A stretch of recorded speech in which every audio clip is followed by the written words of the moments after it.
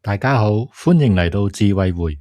東漢末年，天下三分，吳國有一個將領叫做呂蒙，佢15、16歲就跟隨姐夫上陣殺敵，佢膽子極大，作戰極其勇猛。但係喺呢個人才輩出嘅時代，同僚們看佢嘅眼神總係帶住一絲嘅輕蔑。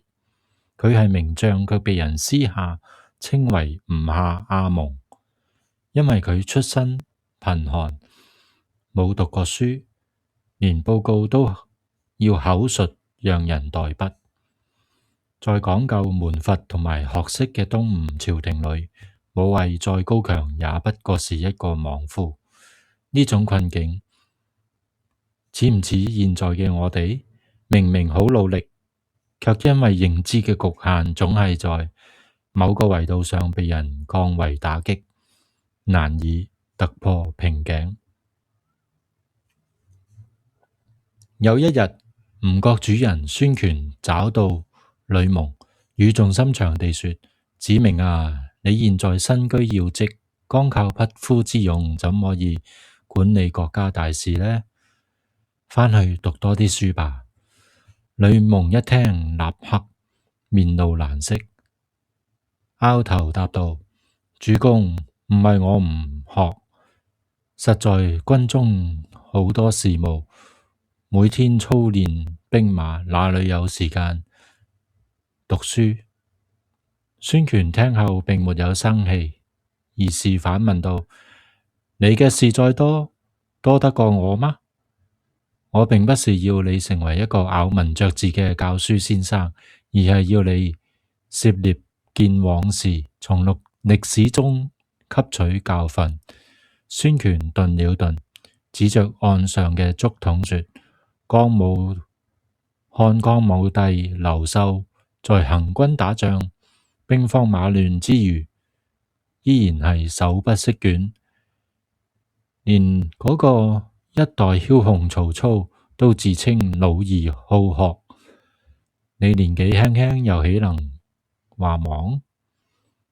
呢不過係你自己嘅藉口㗎。孫權嘅一席話如醍醐灌頂，從此呂蒙真的變了。大仗之中休息之餘，佢唔再係玩單純嘅摔角力，而係捧起《孫子》《陸韜》《左傳》等經書，如飢似渴地閱讀，就好似一個高中生不再是為了考試而讀書，而係為了實踐，為了破局而讀書。幾年後，東吳大都督魯肅接防周瑜，路過呂蒙嘅駐地。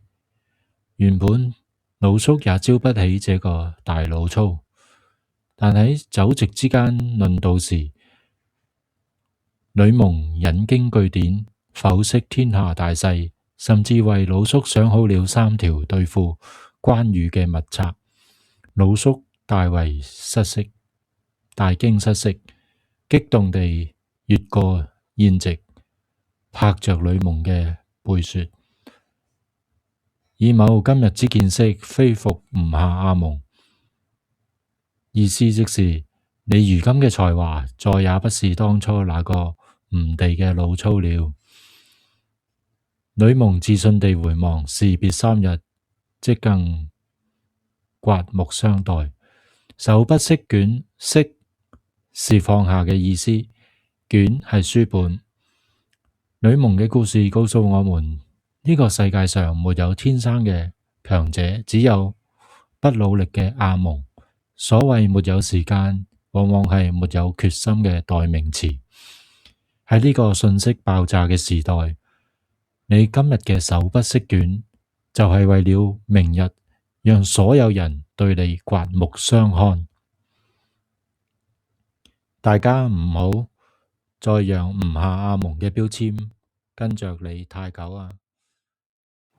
大家記得訂閱、點讚、留言同埋分享視頻，多謝大家收看，下次見。